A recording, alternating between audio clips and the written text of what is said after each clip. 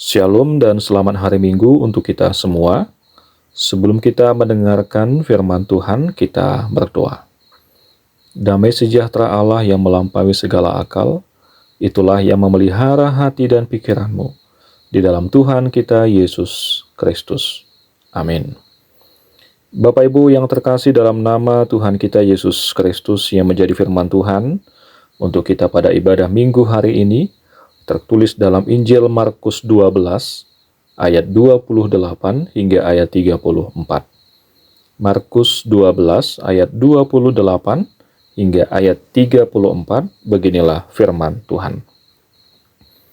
Hukum yang terutama. Lalu seorang ahli Taurat yang mendengar Yesus dan orang-orang Saduki bersoal jawab dan tahu bahwa Yesus memberi jawab yang tepat kepada orang-orang itu, datang kepadanya dan bertanya, "Hukum manakah yang paling utama?" Jawab Yesus, "Hukum yang terutama ialah, dengarlah hai orang Israel, Tuhan Allah kita, Tuhan itu Esa. Kasihilah Tuhan Allahmu dengan segenap hatimu, dan dengan segenap jiwamu, dan dengan segenap akal budimu, dan dengan segenap kekuatanmu. Dan hukum yang kedua ialah, kasihilah sesamamu manusia seperti dirimu sendiri. Tidak ada hukum lain yang lebih utama daripada kedua hukum ini." Lalu kata ahli Taurat itu kepada Yesus, "Tepat sekali, Guru. Benar katamu itu, bahwa Dia Esa, dan bahwa tidak ada yang lain kecuali Dia. Memang mengasihi Dia dengan segenap hati, dan dengan segenap pengertian, dan dengan segenap kekuatan, dan juga mengasihi sesama manusia seperti diri sendiri, adalah jauh lebih utama daripada semua korban bakaran dan korban sembelihan." Yesus melihat bagaimana bijaksananya jawab orang itu, dan ia berkata kepadanya, "Engkau tidak jauh dari kerajaan Allah."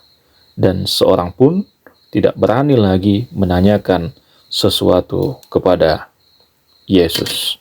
Demikian firman Tuhan.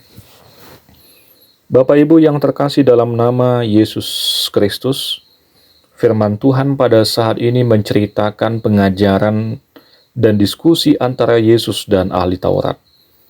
Di kalangan ahli Taurat, pada umumnya sering sekali berusaha memusuhi Yesus dan menjatuhkan Yesus.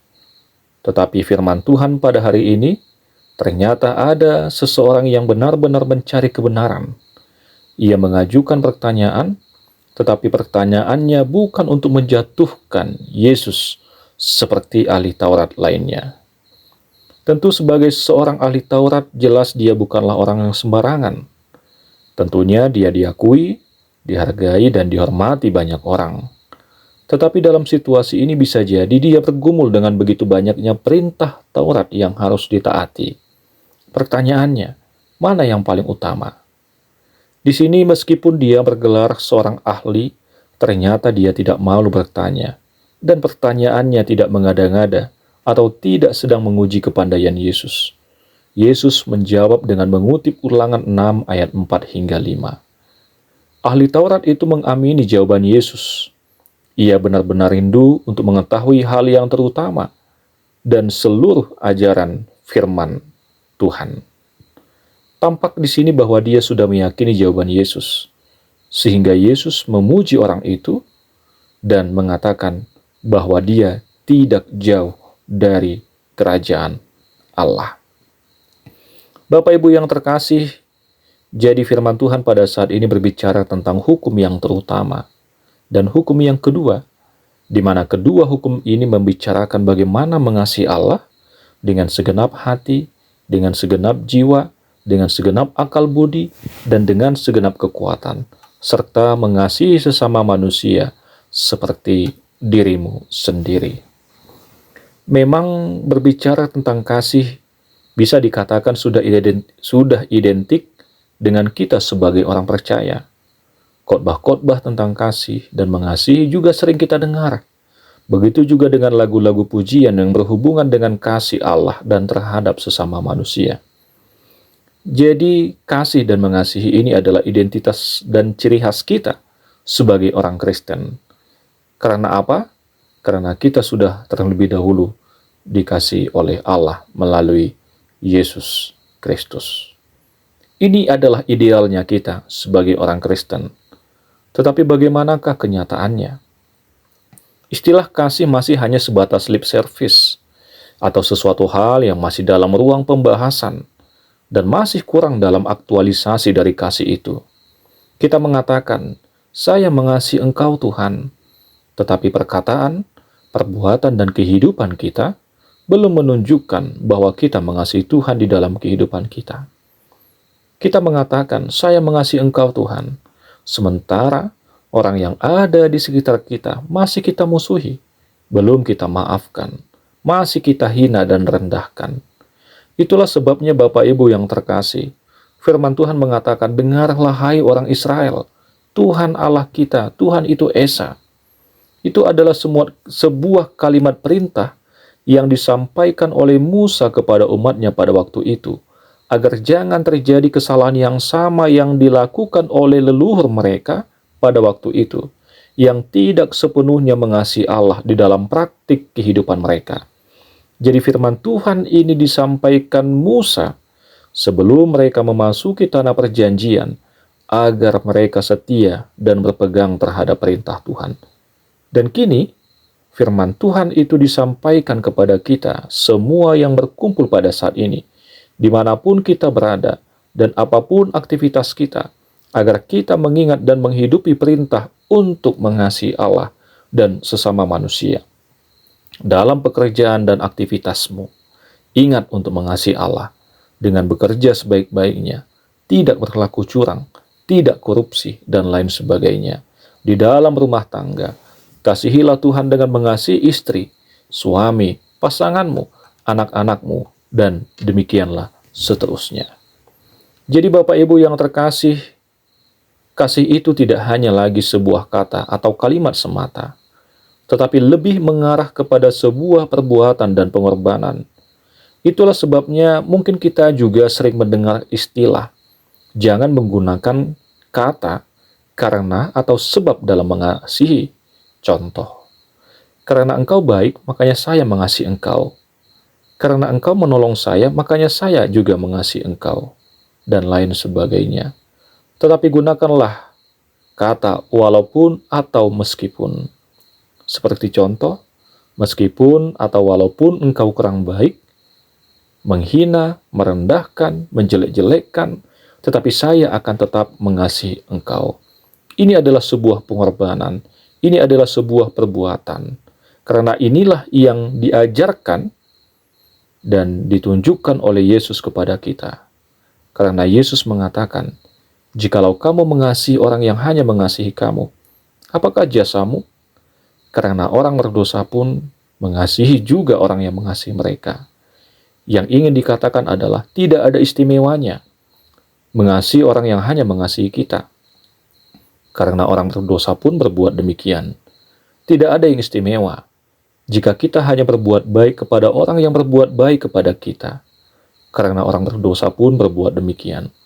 Tidak ada istimewanya meminjamkan sesuatu kepada orang dengan berharap kita akan menerima sesuatu daripadanya atau balasan daripadanya.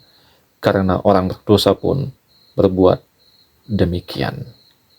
Artinya Bapak Ibu yang dikasihi oleh Tuhan kita Yesus Kristus, kalau kita hanya mengasihi orang yang mengasihi kita, itu bukanlah pekerjaan yang sulit.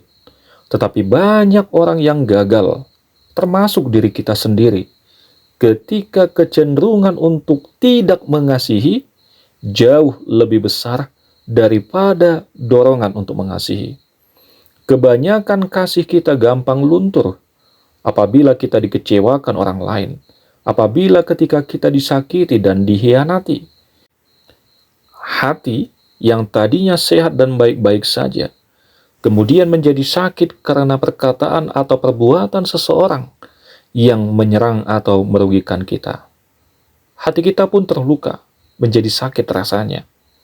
Dan kita secara salah berpikir bahwa satu-satunya cara agar hati kita itu sembuh adalah dengan membalas dendam. Kita ingin membuat orang yang berlaku tidak baik itu merasakan rasa sakit yang seperti kita alami, Bahkan kalau perlu kita gandakan rasa sakit itu. Kita pikir hati kita akan dipuaskan dan dipulihkan setelah itu. Tapi faktanya tidak. Dan inilah yang sering terjadi. Tetapi pada saat ini kita diingatkan kembali. Apapun yang terjadi, bagaimanapun, meskipun dan walaupun hal yang kita terima tidak baik, kita kembali diingatkan. Kita kembali diingatkan untuk meneladani apa yang sudah Tuhan tunjukkan dan berikan melalui kehidupan, penderitaan, dan kematiannya di kayu salib. Seharusnya kitalah yang harus menderita. Seharusnya kitalah yang harus mati dan disalibkan. Tetapi Tuhan menggantikan posisi kita menjadi korban pengampunan, korban perdamaian terhadap Allah Bapa kita. Bapak Ibu yang terkasih dalam nama Yesus, sekalipun kita tidak mungkin bisa mencapai kasih seperti kasih Kristus, tetapi ini harus tetap menjadi tujuan kita. Tuhan tidak minta kita untuk membuat stiker, gantungan kunci, pin, aksesoris sebagai tanda bahwa kita adalah umatnya, sebagai tanda bahwa kita adalah murid-muridnya atau pengikutnya. Memang sah-sah saja menempel stiker yang bernuansa Kristiani pada harta benda kita, menggunakan aksesoris yang sifatnya rohani dalam kehidupan kita. Tetapi itu semua bisa menjadi bumerang jika kita hanya menempel stiker, menggunakan aksesoris, tetapi kelakuan kita justru tidak mencerminkan bahwasannya kita adalah pengikutnya, tidak mencerminkan kasih Kristus yang Tuhan tujukan dalam kehidupan kita. Jika demikian, maka kehidupan rohani kita hanyalah kehidupan slogan saja, hanya sebatas identitas kita pengikutnya, tetapi tidak ada kasih di dalamnya. Tetapi kita bisa lihat Bapak Ibu yang terkasih, apabila kita menghidupi kasih Tuhan di dalam kehidupan kita, kita akan bisa melihat kekuatan kasih itu di dalam setiap aktivitas dan perbuatan kita. Ada sebuah ilustrasi, seorang anak lelaki yang berbadan kurus berjalan sambil menggendong adiknya yang lumpuh di punggungnya. Melihat itu, seseorang berkomentar prihatin. Dia mengatakan, "Kasihan kau nak, bebanmu pasti berat." Lalu anak itu menjawab dengan spontan, "Dia bukan beban, tetapi dia adalah saudaraku." Mari kita lihat, suatu perbuatan yang dipandang sebagai beban oleh seseorang, ternyata tidak bagi yang lain. Kenapa bisa demikian? Tergantung alasan untuk apa ia melakukannya. Jika ia melakukannya karena kasih, pasti semua akan berbeda. Sekali lagi saya katakan, jika ia melakukannya karena kasih, pasti semua akan berbeda. Banyak hal yang tampak menjengkelkan, melelahkan, dan dihindari orang lain, ternyata dapat dilakukan dengan setia oleh seseorang. Mengapa? Karena kasih membuat cara pandang mereka berbeda. Sebagai contoh, merawat suami atau istri, anak atau orang tua, atau anggota keluarga yang sakit bukanlah suatu beban karena dilakukan dengan kasih.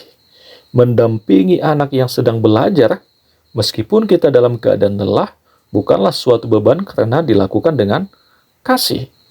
Mengantar orang tua yang berobat secara rutin, bukanlah sebuah beban karena dilakukan dengan kasih. Merapikan rumah yang selalu berantakan, bukanlah sebuah beban karena dilakukan dengan kasih. Begitu juga dengan hal-hal yang lainnya yang terjadi dalam kehidupan kita. Apapun yang menjadi aktivitas dan keseharian kita, semua hal akan terasa berbeda jika dilakukan dengan penuh kasih. Oleh karena itu Bapak Ibu yang terkasih dalam nama Yesus, mari kita hidupi kasih yang sudah Tuhan berikan dalam kehidupan kita, dengan cara mengasihi Dia di dalam kehidupan kita, melalui perkataan perbuatan kita, dan juga mengasihi sesama kita manusia sebagai ungkapan tanda bahwa saya mengasihi Dia. Bagaimana caranya kita mengasihi Dia yang tidak kelihatan, sementara yang kita lihat saja susah untuk kita kasih. Tetapi saya percaya melalui firman Tuhan ini kita diingatkan kembali bagaimana kita menghidupi, mengamini kasih yang sudah kita terima, yang sudah Tuhan berikan di dalam kehidupan kita. Walaupun kita menyadari banyak kesalahan, banyak kekurangan, banyak dosa yang sudah kita lakukan. Amin. Tuhan memberkati.